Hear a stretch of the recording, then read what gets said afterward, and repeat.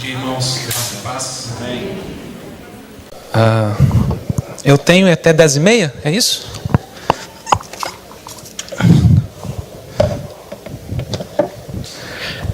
Mais ou menos 10h30. Meu celular acabou de cair no chão e acabou de não ter mais visor. Os irmãos me avisem aí, ó, na hora que chegar a hora aí.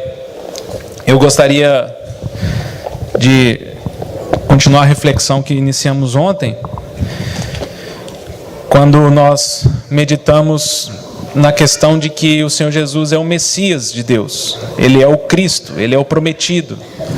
Ele é a pessoa mais importante que deve preencher nossas atenções. Ele deve ser nosso modelo de ser humano, ele deve ser nossa ambição, para usar o termo que Paulo usa em Filipenses. Capítulo 1 de Filipenses, ele vai falar que o Senhor é a sua vida. No capítulo 2, ele vai falar que é o seu alvo. No capítulo 3, vai falar que é a sua energia. No capítulo 4, é a sua força. Tudo posso naquele que me fortalece. É um segredo da vida cristã, é a gente perceber que no Senhor Jesus nós temos a resposta de Deus para nós.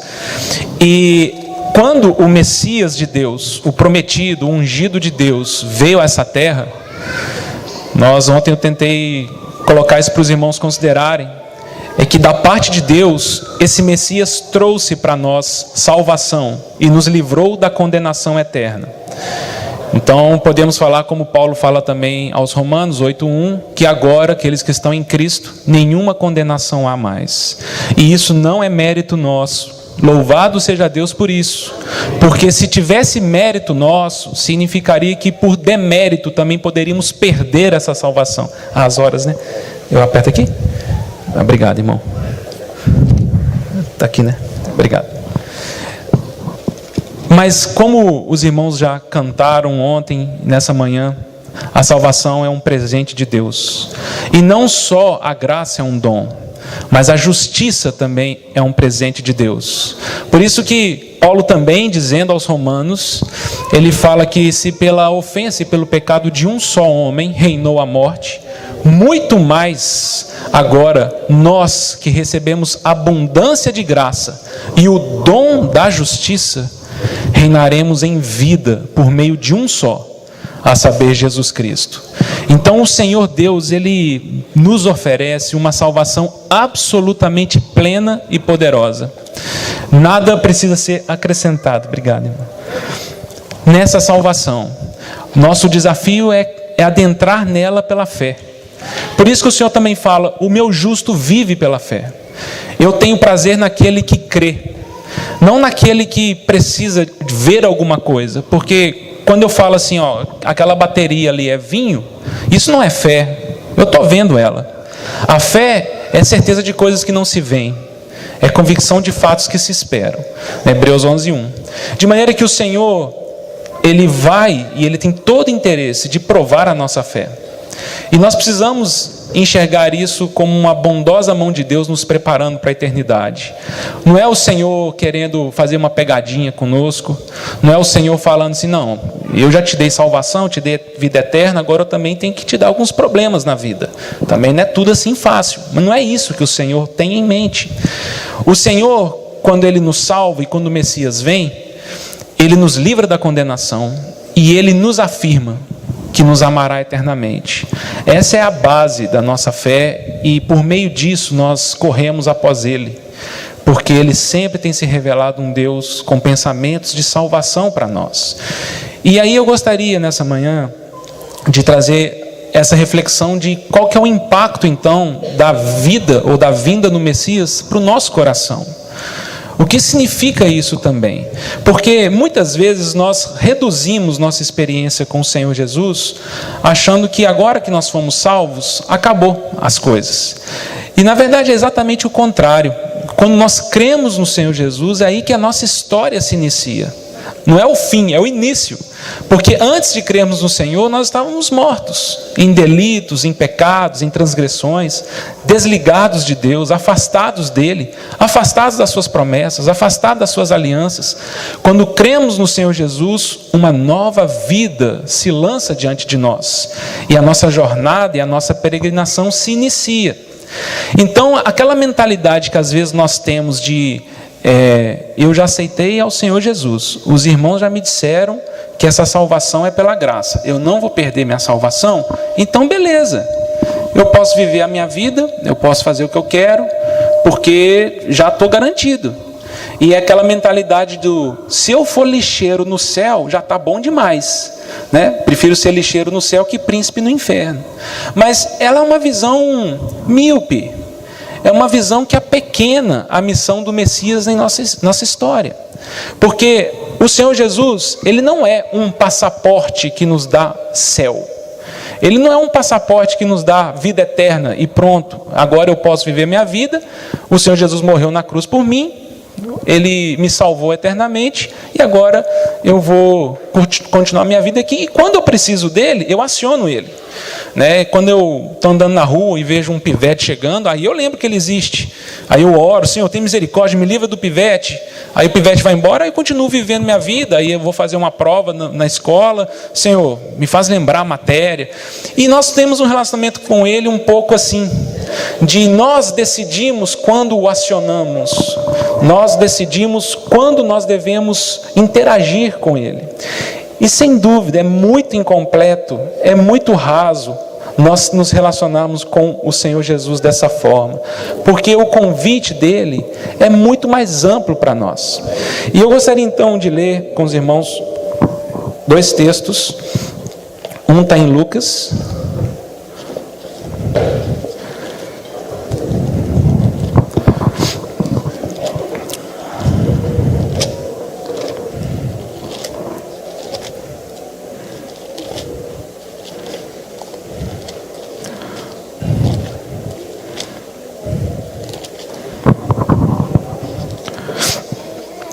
vamos ler primeiro, acho que vai ser melhor, o Salmo 115, e depois a gente lê aqui esse texto. Salmo 115.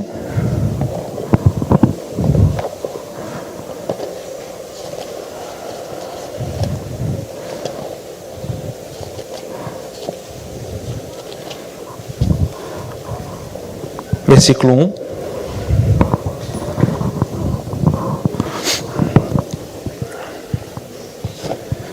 Não a nós, Senhor, não a nós, mas ao teu nome dá glória, por amor da tua misericórdia e da tua fidelidade. Porque diriam as nações, onde está o Deus deles? No céu está o nosso Deus, e tudo faz como lhe agrada. Prata e ouro são os ídolos deles, obra das mãos de homens. Tem boca e não falam, tem olhos e não veem, tem ouvidos e não ouvem, tem nariz e não cheiram, suas mãos não apalpam, seus pés não andam. Som nenhum lhe sai da garganta. Tornem-se semelhantes a eles os que o fazem, e quantos neles confiam. É uma expressão muito parecida do Salmo 135. Se os irmãos puderem abrir lá.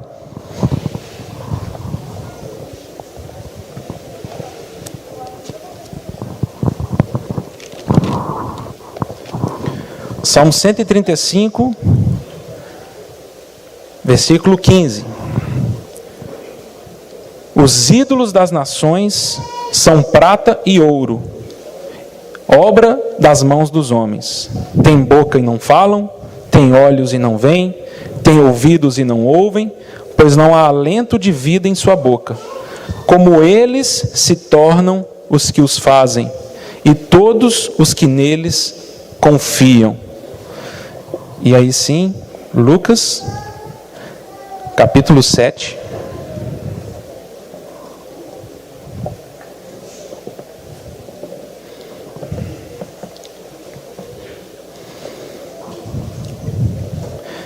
Aqui é quando João Batista, ele já estava preso, e numa talvez crise de fé dele, ele manda alguns discípulos perguntarem: se o Senhor Jesus era o Messias, se ele era aquele que havia de vir.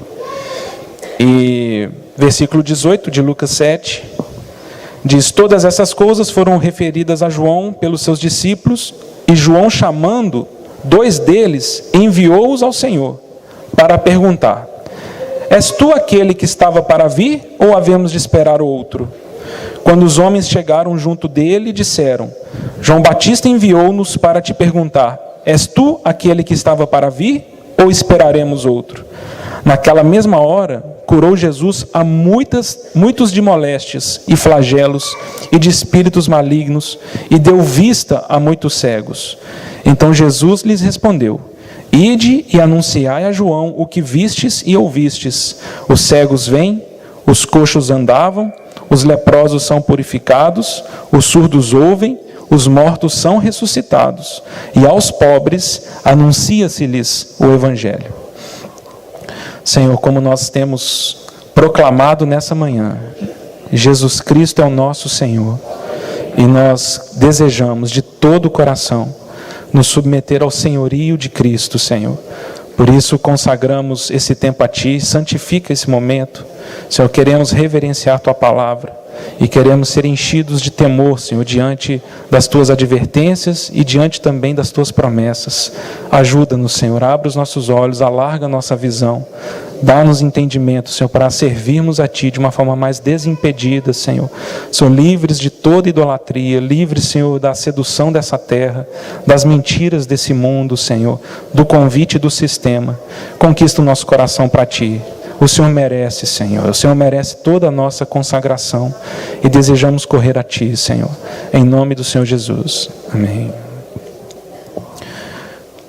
É interessante a questão da idolatria. A gente sabe que era um problema visceral em Israel.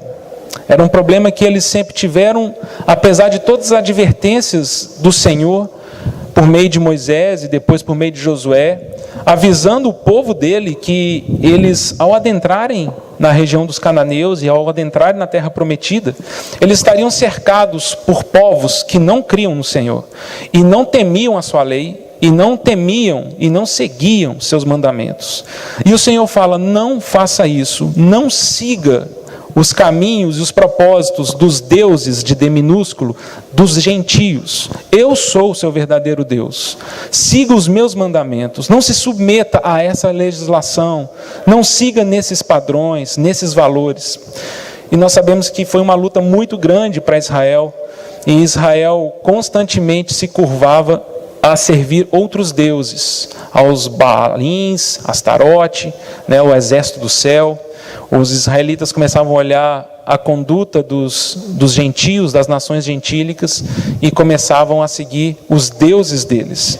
E é interessante, esses 2 textos que lemos aqui dos Salmos, 115 e 135, porque aqui tem um princípio espiritual.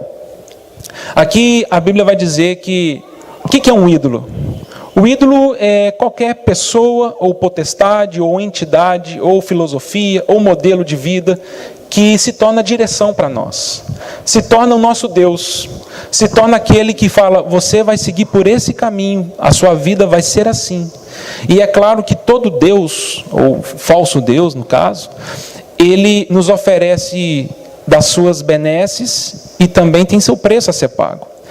E eles vão oferecer essas questões para cada um de nós, e no Velho Testamento não era diferente, mas o ídolo que Israel se curvava, o Senhor Deus falava: é uma loucura que vocês estão fazendo, porque isso é falso, foi criado pelos homens, isso não é eterno, o único eterno sou eu.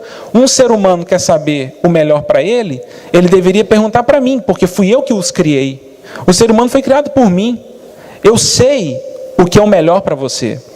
E o ídolo, ele se caracteriza pelo fato de ter olhos e não vê, ouvidos e não ouve, boca e não fala, pernas e não anda, braços e não toca, boca e não fala. E o que é interessante é que nesses 2 textos, a palavra de Deus traz uma sentença. Ele fala: e todos aqueles que os adoram tornam-se semelhantes a eles. Eles se tornam surdos, eles se tornam mudos, eles se tornam incapazes de andar, eles se tornam incapazes de mexer, de tocar, porque eles limitam a sua existência em coisas limitantes. Eles se tornam a mesma coisa, porque como o Senhor Jesus também diz, que nunca um discípulo será maior que seu mestre, então o máximo que pode acontecer com um discípulo é tornar-se igual ao seu mestre, e para nós o nosso coração queima com essa sentença, porque nós queremos ser como o Senhor Jesus, mas quando eu falo isso com um ídolo, significa que o máximo que eu posso me tornar é semelhante a um ídolo, vão, inútil, que caminha na sua vaidade e tem aparência de saúde, tem aparência de vitalidade, mas ele é cego, surdo, mudo, coxo, leproso, impuro. E quando o Senhor Jesus vem a essa terra como Messias, e ele começa a manifestar seus sinais, esse é um dos sinais proféticos que o Senhor está sinalizando. É como ele fala em Lucas 4, quando ele entra naquela sinagoga em Nazaré, que o Espírito do Senhor está sobre mim, e ele me ungiu. Eu sou o ungido de Deus para dar vista aos cegos, para que o mudo volte a falar, para que o evangelho chegue aos pobres, para que as pessoas elas possam ser transformadas. E o que significa isso? Significa que nessa figura profética, o Senhor Jesus como Messias, ele quer me libertar e te libertar da idolatria. Ele quer nos libertar da influência e da operação dos falsos deuses e falsos ídolos que limitam a nossa vida e prendem-nos em grilhões espirituais, emocionais, psicólogos, psicologia, a alma, e nos adoece. E o Senhor Jesus fala: venha a mim, porque eu tenho poder. Você quer falar? Você quer voltar a ver? Você quer voltar a ouvir? Eu sou ungido, que tenho esse poder de transformar a sua vida e te libertar de uma vida presa, de uma vida paralisada, de uma vida, como algum irmão já disse, você não vive, você existe. Porque a vida só há em Cristo Jesus. Só há vida em Cristo Jesus. Quando nós saímos de Cristo, nós não experimentamos vida, nós experimentamos apenas existência. Nós existimos sem gozar da proposta do Criador de uma vida como ser humano. E é nessa perspectiva que eu queria convidar os irmãos a pensarem nessa manhã, de que quando o Senhor Jesus ele adentra na nossa história, ele está falando: você terá a vida eterna, mas perceba, isso é um bônus que eu estou te dando, porque o que é mais revolucionário na minha experiência com o Senhor Jesus é que Ele quer me salvar de mim mesmo. Eu não serei o que eu sou. Ele vai me transformar. E isso é uma das coisas que me impressiona muito. Lá em Belo Horizonte, nós estamos há 7 anos estudando Romanos. E nós estamos em Romanos 12 ainda. E nesses 7 anos que nós temos tido a oportunidade de estudar Romanos aos domingos, isso foi uma das coisas que mais me marcou. Porque nós sabemos que Romanos é a epístola de Paulo, onde ele, de uma forma sistemática, organizada, ele tenta expor o Evangelho de Cristo. A perspectiva do Evangelho e da salvação que Deus nos dá por meio do Senhor Jesus. Por isso que alguns irmãos dizem que quando os irmãos do passado foram organizar as cartas e foram colocar a organização do Novo Testamento, eles julgaram por bem colocar primeiro a história do Messias, Mateus, Marcos, Lucas, João. Começamos a estudar o Novo Testamento com a história do Messias, ele é a resposta e ele que justifica toda a transformação que leremos adiante. Depois eles colocaram um outro livro histórico, que é Atos, mas eles julgaram que a primeira epístola, a primeira doutrina que nós deveríamos ler no Novo Testamento seria Romanos, porque é a epístola que organiza e nos explica o Evangelho de Deus. É o começo do livro de Romanos. Não me envergonho do Evangelho de Deus, porque ele é poder. Há um poder para transformar as nossas vidas.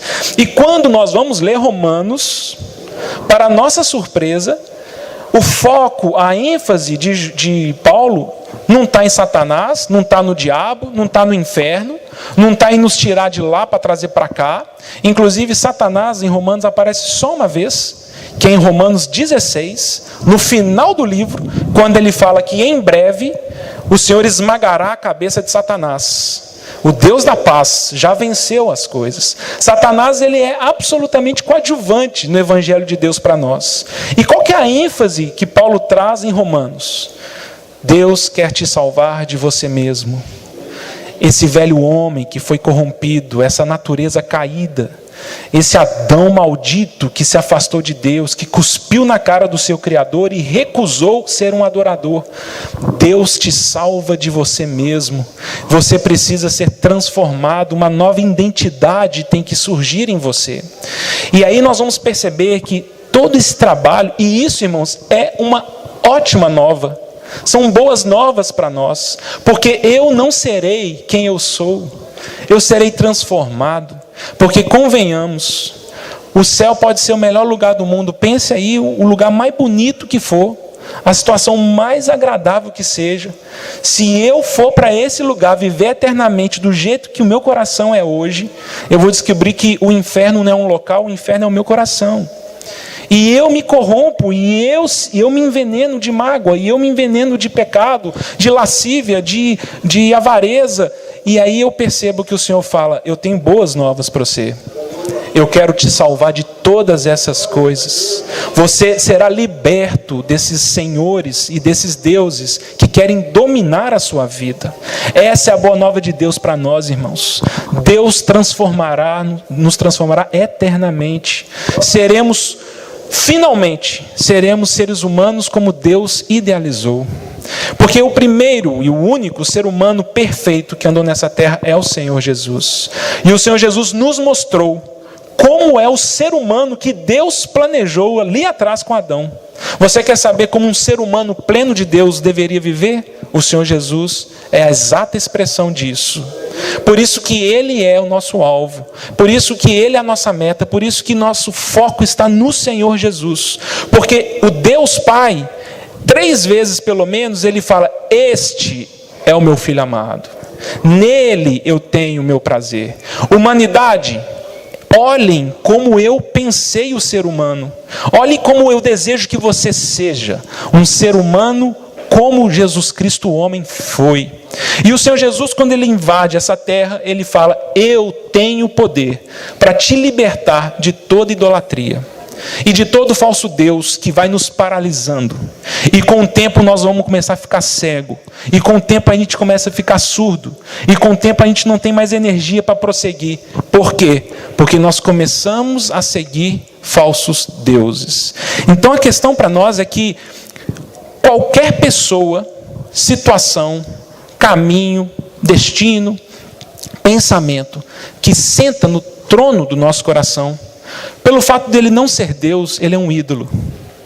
Ídolo é qualquer coisa que assume o papel de Deus na nossa vida. É qualquer coisa que a gente se prostra diante dele.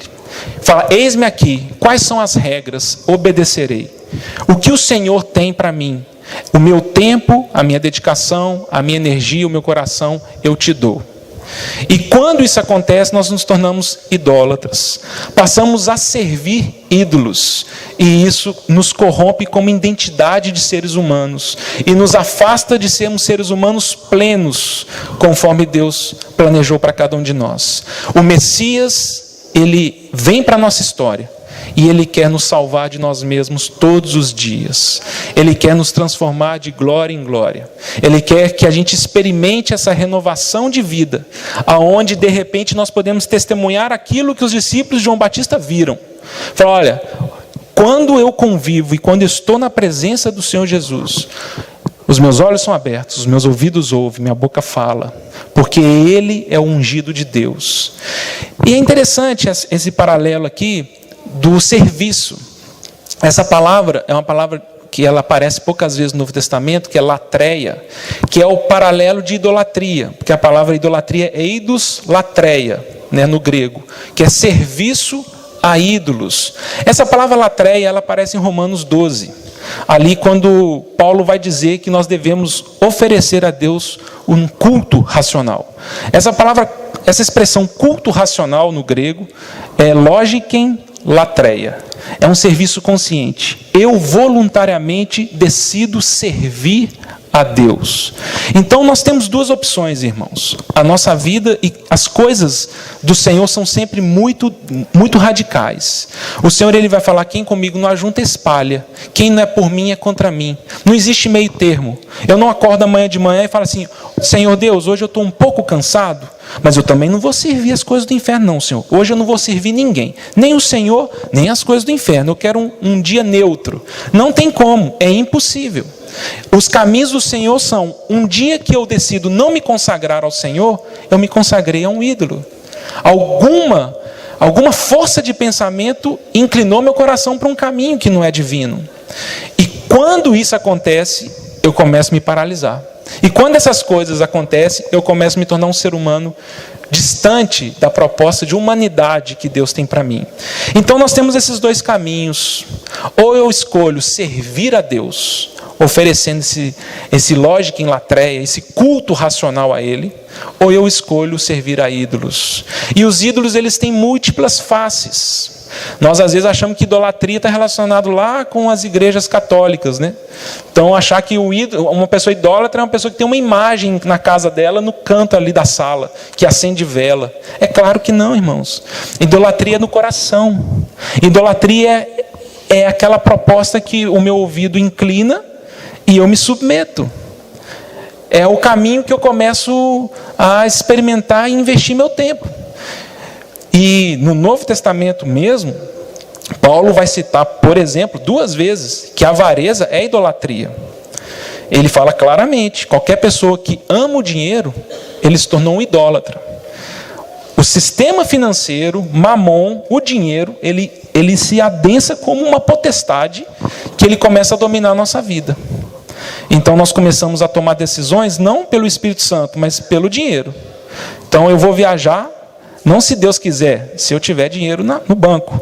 Eu vou trocar de carro se tiver dinheiro no banco. Eu vou fazer isso ou aquilo se Mamon permitir. Eu vou trabalhar 12, 14, 16 horas por dia, vou dar o melhor da minha vida para o sistema financeiro, para acumular riquezas, para viver uma vida nessa terra. E quando essas coisas vão acontecendo, eu vou me afastando do governo do Senhor. E Paulo fala: não vos enganeis. Avareza é idolatria. E Paulo fala de um que nos pega talvez muito mais, porque lá em Filipenses ele fala daqueles que se tornaram inimigos da cruz, porque o Deus deles é o próprio ventre. O Deus deles é eles mesmos. Porque essa é uma das loucuras que Adão fez, que na verdade ele testemunha do mesmo pecado que Lúcifer cometeu. É o pecado do Deus: eu quero ser o meu Deus. Eu não quero ser um adorador do Senhor, eu não quero servir a Ti. Eu decido o que é melhor para mim, eu faço o que é melhor para mim, eu escolho os meus caminhos. E quando Paulo usa essa expressão, ele fala assim: então, quem que é o Deus dessa pessoa? Ele mesmo. Que Deus fraco que ele é, que Deus pequeno, ridículo que ele escolheu para seguir. Porque nós somos tão frágeis, somos tão impotentes, e é uma loucura nós escolhermos nossa mente e o nosso coração para se tornar o governador da nossa vida. Nós não sabemos o dia da manhã, nós não sabemos o que vai acontecer conosco daqui a 5 minutos. Como eu posso confiar em mim o meu destino? E nós então começamos a orquestrar as coisas e nós nos tornamos idólatras de nós mesmos. E aí, de novo, eu começo a não enxergar, eu começo a não ouvir, eu começo a não falar, porque eu vou me corrompendo num caminho distanciado da proposta do Messias para mim. Louvado seja Deus, porque o Senhor Jesus deseja nos salvar de nós mesmos e nos fazer seres humanos conforme Deus idealizou. E dentro dessa expressão, queria convidar os irmãos a pensarem nessa identidade, porque nós que moramos no Brasil e temos uma cultura ocidental, para nós não é tão forte a questão do nome. O nome transmite muita identidade na cultura bíblica e na cultura oriental. Aqui no Brasil, o pessoal até comenta, né? O IBGE, o censo vai dizer, se a mocinha da novela das 8 chama, sei lá, Maria Eduarda, naquele ano, um monte de Maria Eduarda é batizada, né? Lá em Belo Horizonte, o goleiro do Galo lá que salvou um pênalti na Libertadores, chamado Vitor, Lá deve ter uns Vitor, ele saiu lá em 2013, os meninos em Belo Horizonte, tudo filho de atleticano, foi chamando Vitor. E nós somos um pouco dessa cultura, né? Nós não valorizamos o nome. Né? Não sei nem como foi a experiência suas com seus filhos. Quando nasce um filho, eu vou dar um nome que eu acho bonito, ou eu tento entender o que o Senhor está tentando dizer para mim nessa missão que me foi dada com essa pessoa que está chegando. Mas nas Escrituras, não é assim. Deus, Ele traz identidade para nós por meio do nome. Por isso que o Senhor muda inclusive o nome de Cefas, né? Ele muda o nome de Simão Pedro. Ele dá o nome para ele de Pedro, justamente porque ele queria testemunhar de algumas coisas. É o que acontece com Saulo de Tarso. Saulo, ele era da tribo de Benjamim, e não é à toa que ele tinha o nome, provavelmente, da personagem mais famosa de Benjamim, que é Saul. O primeiro rei de Israel, Saul. E os pais de Saulo colocaram o nome dele de Saulo. É igual o primeiro rei de Israel. Bonitão, grandão, forte, né? Saul era reconhecido pela sua beleza. E depois que Saulo converte, qual o nome que o Senhor dá para ele? Pequeno. Pequena estatura. Você não será mais Saulo, você será Paulo. De maneira que o nome e a identidade dele já dava testemunho do que Deus queria produzir no coração e na vida de Paulo. E é tão bonito isso, porque quando Moisés, em Êxodo 3,14, ele está diante de Jeová, Yahvé, ele tenta identificar quem é esse Deus. E ele fala, ok, eu vou lá no faraó falar que o Deus de Abraão, Isaac e Jacó, ele está mandando o povo dele sair da escravidão. Qual que é o teu nome? E o Senhor fala, você não consegue identificar o meu nome. O homem não tem essa capacidade. Diga a eles que o eu sou te enviou. Porque eu sou, como cantamos nessa manhã. Eu sou. O homem nenhum pode me identificar. O máximo que pode acontecer conosco, como acontece no Velho Testamento, é que quando eu estou em processos de guerra, como aconteceu com Gideão, Jeová se revela como Jeová Shalom. O eu sou é minha paz. Quando Abraão tem que oferecer Isaac e o Senhor livra e dá provisão ali no Moriá, Abraão edifica aquela coluna e fala, Jeová Jirê, o eu sou me provê. E o Velho Testamento ele é assim. Deus ele se revela como eu sou o seu pastor, Salmo 23:1. Eu sou sua justiça, como Jeremias fala. Eu sou aquele que te provê, eu sou aquele que te sara, Jeová Rafá. Então o Senhor ele é ilimitado no seu nome. É a resposta que Deus dá para o pai de Sansão. Né? Quando ele fala assim, qual que é o teu nome? Ele fala assim, por que você pergunta o meu nome? Meu nome é maravilhoso demais para você. Senhor Deus, ele não consegue se reduzir numa única identidade. Irmãos, e é igual ao Senhor Jesus. É igual ao Senhor Jesus. Lá em João coloca 7 vezes o eu sou para o Senhor Jesus. Não é? Eu sou o pão da vida, eu sou a luz do mundo, eu sou a porta das ovelhas, eu sou o bom pastor, eu sou a ressurreição e a vida, eu sou o caminho, a verdade e a vida, eu sou a videira verdadeira. Eu sou. E uma das coisas que deixou os judeus enfurecidos foi que quando eles estavam falando de Abraão, para o Senhor fala assim, antes de Abraão ser, eu sou. E eles falam assim, rapaz, você está falando que você é Deus? Queriam pegar pedras, queriam matar o Senhor Jesus, porque o Senhor Jesus também tem um nome acima de todo nome. E nós não conseguiremos, por toda a eternidade, reduzir e fechar o Senhor num único nome. Por isso que em Apocalipse 19, quando João tem aquela visão do Senhor montado no seu cavalo, junto com as suas miríades, descendo a terra, os irmãos lembram o que diz lá? E ele tem um nome na sua coxa que ninguém conhece. Apenas ele sabe. Porque o Senhor Jesus ele é infinito nas suas características. É impossível qualquer um de nós falar assim, já sei tudo do Senhor Jesus. Já compreendi ele plenamente. Nós não vamos conseguir. E nós teremos toda a eternidade para conhecê-lo cada vez mais. Mas o fato é que o Senhor deseja, na minha história e na sua, transformar nossa identidade. Ele deseja mudar nosso nome espiritual. Ele deseja que no final da nossa vida nós sejamos outra pessoa. Ele quer falar: Pablo, você não será mais assim. Você será transformado, liberto da idolatria, liberto dos ídolos que te paralisam. Você será liberto pela unção do Messias e a sua vida será transformada. E eu gostaria de terminar dando o exemplo, talvez, do nome mais famoso que foi transformado na Bíblia, que é o de Jacó. Porque Jacó, quando ele nasce, conhecemos a história, Jacó era gêmeos, né, que estavam na barriga. E é muito interessante, porque nasce Esaú primeiro, e nasce um menino peludão, e aí a mãe dá o nome para ele de peludo, que é Esaú. E é pele vermelha, né? Porque ele nasceu ruivo e tal. E quando Esaú está saindo da barriga, a mãozinha de Jacó estava segurando o calcanhar dele, né? Segurando o pezinho dele. E eles acharam interessante isso, e então Rebeca resolve dar o nome para o seu caçula de Jacó. Ou a gente às vezes chama de suplantador, ou aquele que segura no calcanhar, aquele que pega no calcanhar. E percebam que a história de Jacó é uma história de pegar no calcanhar. Ele tenta sempre se agarrar nas coisas. Então depois, mais velhos, ele percebe que pelo fato de Esaú ser o primogênito, ter uma bênção da primogenitura, ele tenta agarrar nessa bênção da primogenitura e ele vende aquele prato de comida em troca da bênção da primogenitura.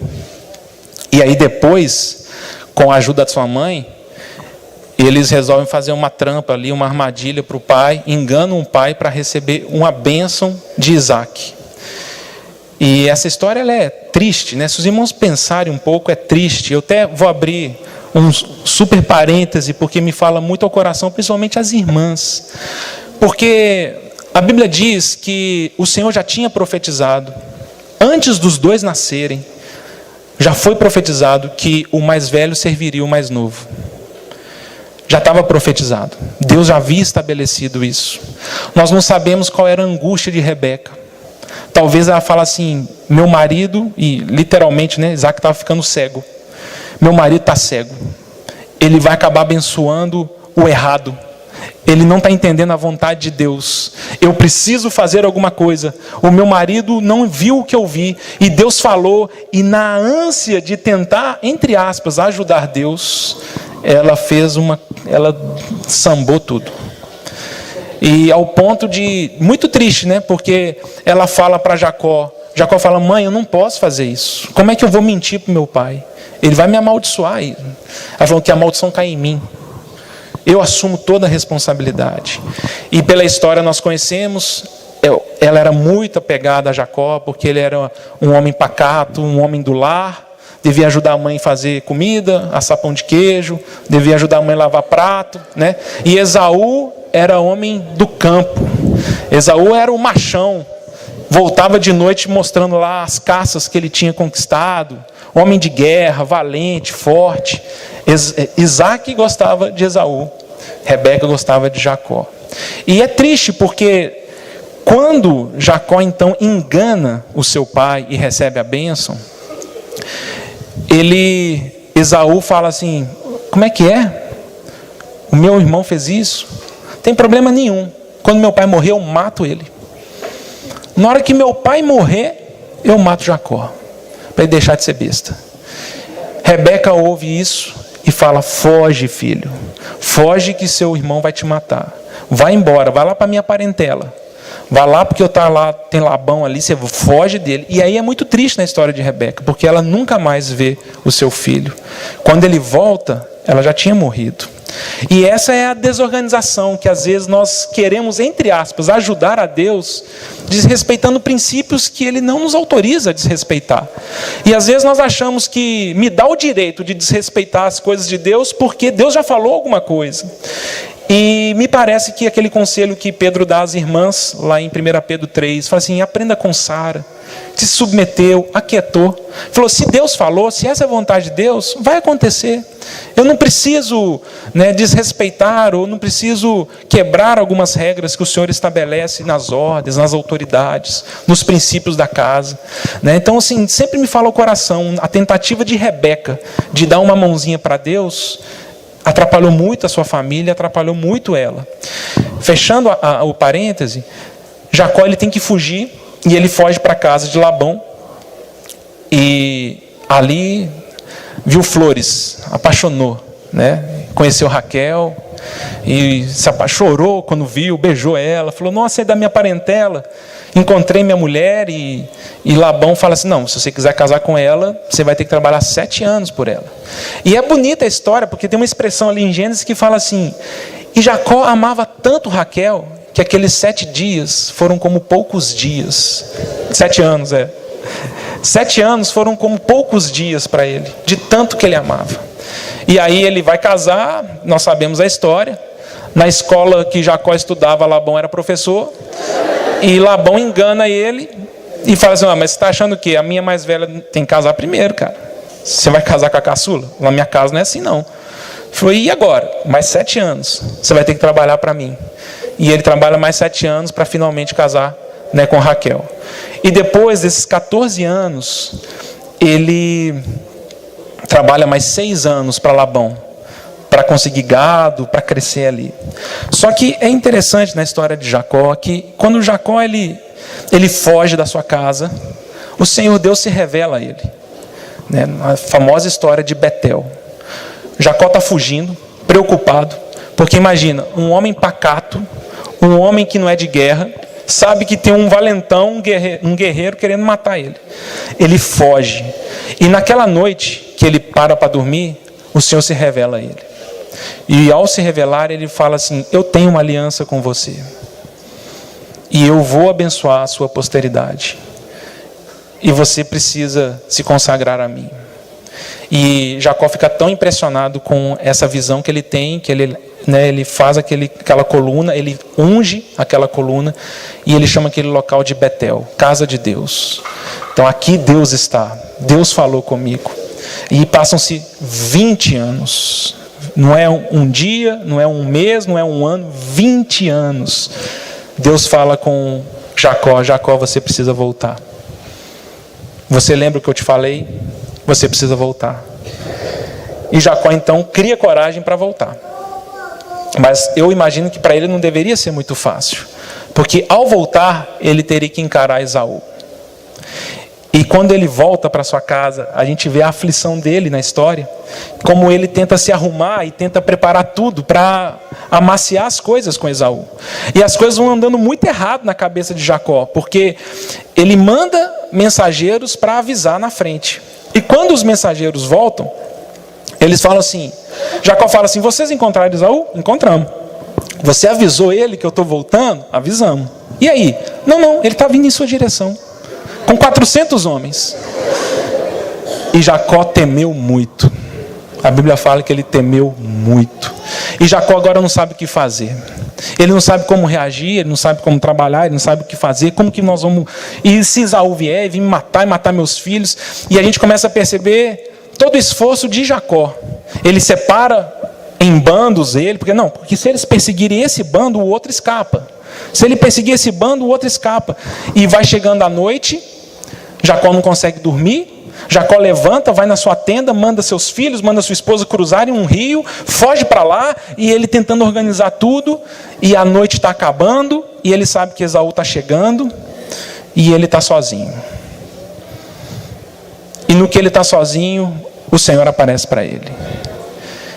E aí, irmãos, olha que bonito.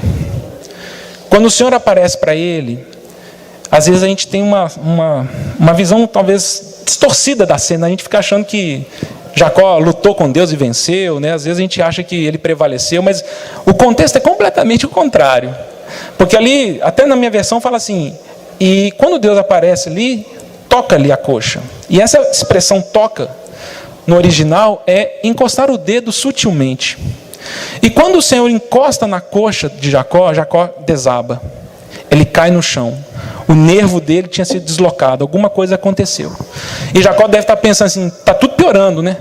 Porque eu querendo salvação contra Esaú, eu agora estou aqui no chão, estou aqui prostrado, sem energia, sem força, sem capacidade. Só que alguma coisa Jacó percebeu. E percebeu com quem ele estava lidando. E ele então segura no Senhor. E ele, eu não te deixo ir. E olha que bonito, irmãos. A vida de Jacó era uma vida de segurar no calcanhar. Ele segurou no calcanhar do irmão, não foi transformada a vida dele. Ele segurou no calcanhar da mãe, não foi transformada a vida dele. Segurou no calcanhar da Raquel, da Lia, segurou no calcanhar de Labão. E nesse momento da vida dele, que ele está sem força, sozinho, no escuro, ele segura naquele que ele deveria segurar. E quando a gente segura em Deus, Ele transforma a nossa história. Qualquer outra pessoa ou situação que a gente segura, não seremos transformados. Bem provável nós seremos idólatras. Mas quando nós seguramos em Deus e falamos, Deus, eu tenho que reconhecer, eu sou Jacó. Já segurei em tantas coisas, mas hoje, Deus, eu quero segurar em Ti. E Deus fala para Jacó, qual que é o seu nome? E Jacó fala, eu sou aquele que segura no calcanhar. E Deus fala, a partir de hoje, você será Israel. Porque quando nós nos consagramos e nos dependemos de Deus, Ele transforma a nossa vida. Quando nós dependemos de qualquer outra coisa, nada muda. Ou pior, nós regredimos. Nos tornamos seres humanos piores do que éramos, inclusive quando convertemos.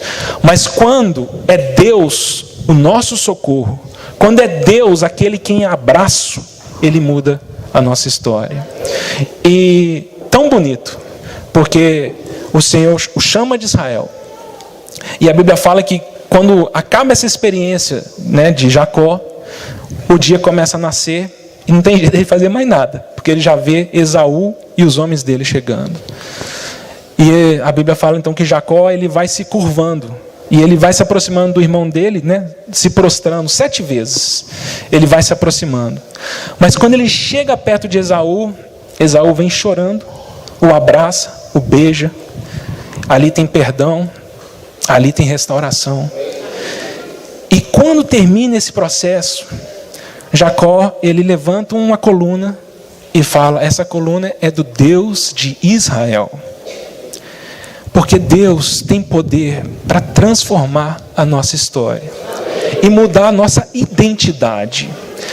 O papo a síndrome de Gabriela, eu nasci assim, eu cresci assim, vou morrer assim, ela é satânica, ela é antibíblica e é uma tristeza qualquer um de nós falar isso. Porque Deus ungiu Jesus Cristo para nos mudar, para transformar a nossa história e a nossa vida. Corações duros virarem corações de carne. Pessoas implacáveis aprenderem a perdoar. Pessoas que eram cegas enxergarem. Ouvidos surdos ouvirem. Esse é o final da nossa história, irmãos. O Senhor transformar, nos libertar de toda idolatria, dos falsos ídolos, dos falsos deuses, que só nos oferecem coisas vãs, e nós nos abraçarmos em Cristo Jesus. O desafio é grande para nós, né? Que o Senhor Ele nos dê capacidade de enxergar, se porventura temos segurado coisas que não são de Cristo e não é Cristo. Porque, infelizmente, irmãos, filhos, família, casamento, ministério, igreja, irmãos, não é isso que nos segura e não é isso que nós deveríamos segurar. Seguramos ao Senhor Jesus. E Ele transforma, e Ele refloresce, e Ele dá vida a tudo mais. Se você precisa de um renovo no casamento, Jesus Cristo é a resposta. Se você precisa de ser uma bênção para o seu filho, Jesus Cristo é a resposta. Porque através dele haverá uma transformação em primeiro lugar no meu coração. E eu poderei testemunhar, e eu poderei trazer salvação para a minha família. E aí Jacó, Gênesis 35, só para terminar, ele volta para Betel. E é impressionante isso, né? Porque a experiência que ele teve de transformação de nome, nessa luta com o Senhor, ele chama aquele lugar de Peniel. Vi Deus face a face. E ao ver Deus face a face, a nossa vida não é mais a mesma. E agora, a informação e o conhecimento que ele teve 20 anos atrás é transformado em realidade 20 anos depois. Ele volta para Betel, e aquilo que ele havia entendido racionalmente, ele pode testemunhar que aquilo se tornou realidade dentro dele.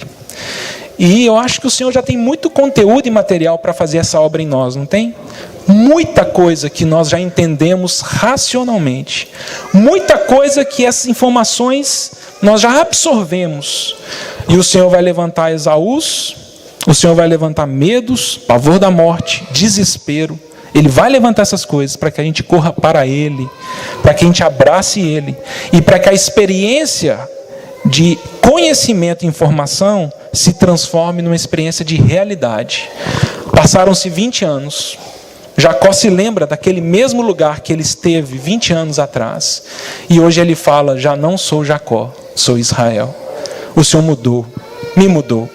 Sou uma nova criatura em Cristo. Ele está transformando a forma como eu enxergo e lido com as pessoas e com as coisas da vida. E é tão bonito, né, irmãos? Porque há essas promessas em Apocalipse, não é? Ao vencedor, aquele que vencer, darei uma pedrinha branca. E nessa pedrinha branca, eu darei um novo nome. O Senhor quer mudar a nossa história. E Ele vai mudar a nossa história. Na eternidade, seremos como Cristo é. E é um desperdício de dias se nós não deixarmos Ele ser o que irreversivelmente Ele será. Se Ele será nosso Senhor por toda a eternidade, que permitamos que Ele seja nosso Senhor hoje. No dia de hoje, Senhor, eis-me aqui, Senhor. Eu quero largar todos os ídolos, tudo aquilo que eu já tentei, e eu vi que não mudou minha vida. Eu quero me agarrar em Cristo Jesus. Romanos 8:29 exige já essa promessa: aqueles que Ele conheceu, também os predestinou para serem a imagem de seu Filho. Estamos predestinados a sermos seres humanos como Jesus Cristo. E aí é 1 João 3:1 e 2. Vede que grande amor nos tem concedido o Pai, porque ainda não se manifestou o que havemos de ser. Mas quando se manifestar, seremos como Ele é. Na eternidade, irmãos, o Senhor Deus olhará para a raça humana e Ele falará: finalmente a raça humana é o que eu idealizei, porque todos serão como Jesus Cristo. Esse é o nosso destino. Esse é o caminho que nós vamos trilhar. E a minha oração é que meu coração seja ensinável e que eu pare de lutar contra a soberania de Cristo na minha vida e que Ele me dê a capacidade de ver as bobagens e as futilidades que têm sido bases da minha história, coisas que eu tenho segurado e não tenho deixado largar, e eu possa reconhecer onde está o Senhor, e ao reconhecê-lo, eu falarei para Ele: não te deixarei ir, não te deixarei ir.